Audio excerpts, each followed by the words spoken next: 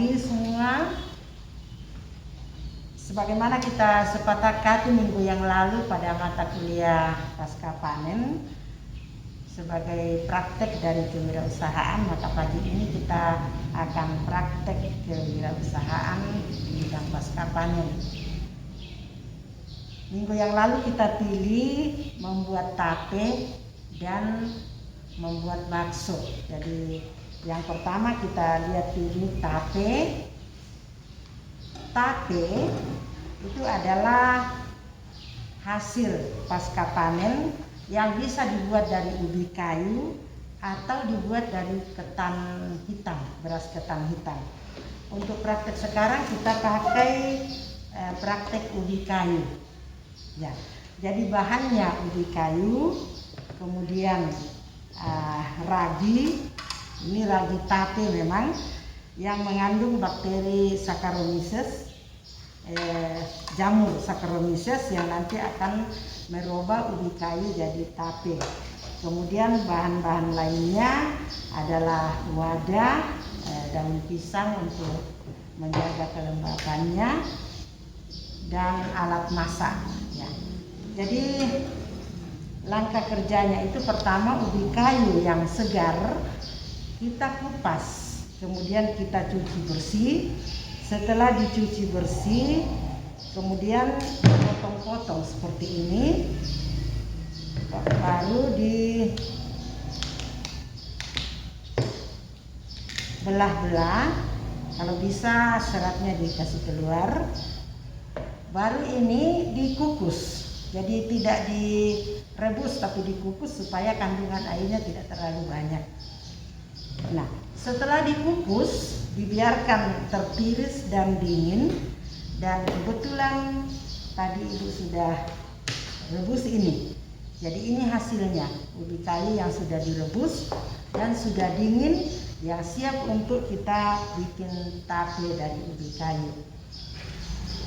Caranya adalah pertama, ragi ini dihancurkan. Jadi ini ragi tape.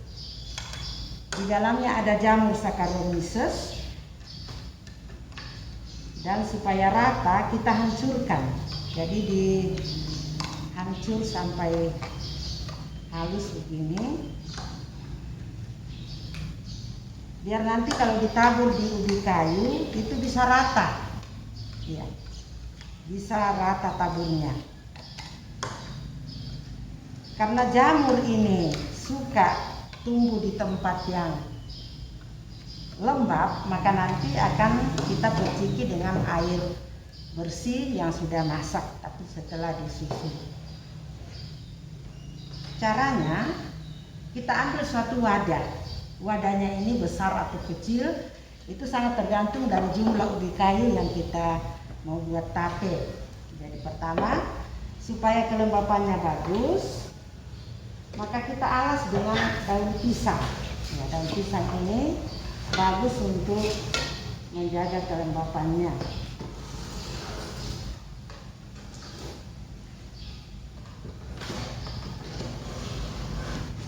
Ya.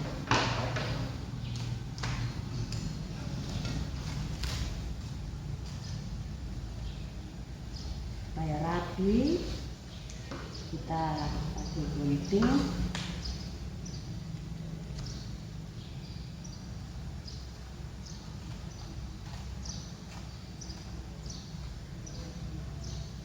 Ya.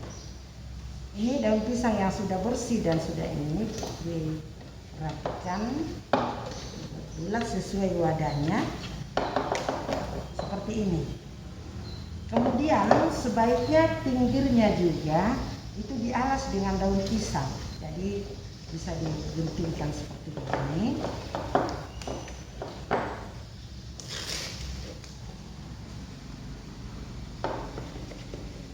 Dan nanti ubi yang sudah dicampur ragi disusun di dalam bagian sini. Ya. Jadi caranya, pertama, ragi ini ditabur secara merata tapi tipis, jangan terlalu banyak. Karena kalau terlalu banyak, ini biasanya ubinya bukan rasa manis tapi pahit. Ya. Setelah itu ubinya ini kita susun ke bawah. Jadi sudah ada ragi di dalam, kemudian susun ubi kayu yang sudah direbus dan sudah dingin 1 lapis.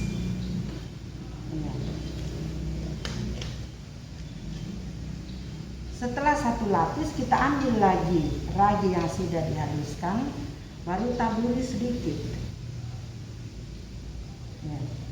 Supaya lembab kita taruh percikan air biar kelembapannya cukup. Baru disusun lagi 1 lapis.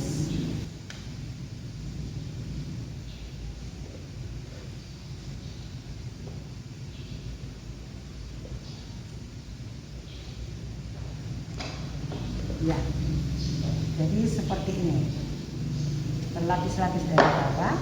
Setelah tersusun rapi sampai penuh wadah yang kita siapkan, ini terakhir diperciki dengan air masak yang bersih. Baru ini daunnya ditutup. Ya. Setelah ditutup, supaya tidak meledak nanti, ini dikasih robekan. Jadi supaya, karena ini nanti akan menghasilkan gas. Setelah ditutup begini, kita ambil plastik. Jadi jangan pakai tutup yang rapat, bisa meledak nanti. Kita pakai plastik saja.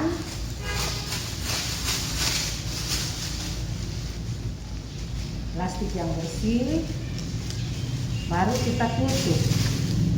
Ini. Dan diikat dengan karet.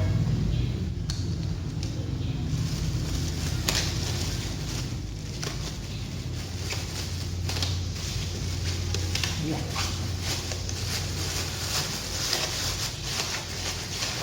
Setelah ikat dengan karet, ini juga dikasih lubang. Mungkin ditusuk-tusuk begini saja, supaya nanti kalau menghasilkan gas di dalam, dia keluar dengan robekan yang kecil ini. Kalau misalnya dibuka tanpa ditutup apa-apa, fermentasinya tidak jadi. Ya, seperti begini. Setelah begitu kita bisa simpan 2 hari.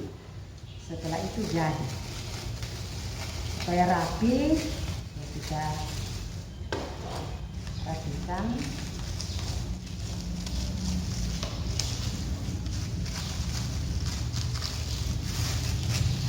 Ini cara pertama dengan menggunakan wadah seperti ini. Ini disimpan 2 hari dan jadi. Bisa juga kita menggunakan daun pisang langsung.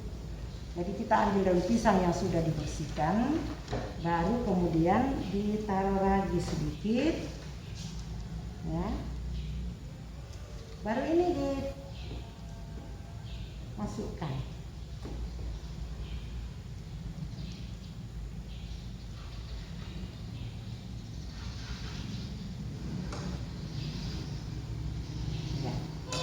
Langsung ini dibungkus, ya, bisa dibuat seperti begini.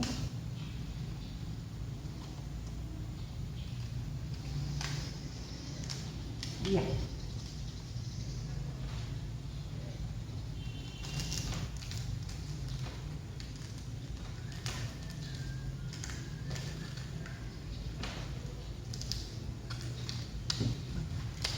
Kalau begini, kita bisa atur di 1 wadah lagi, baru ditutup seperti begini, juga 2 hari jadi. Jadi bisa dibagi-bagi. Kalau ini kan tidak terbungkus, tapi kalau begini bisa. Atau mau jual satu-satu, misalnya ini 5.000, itu kan mungkin 1 potong atau 2 potong kecil 5.000, bisa dijual langsung. Nah, demikian pun kalau menggunakan beras ketan.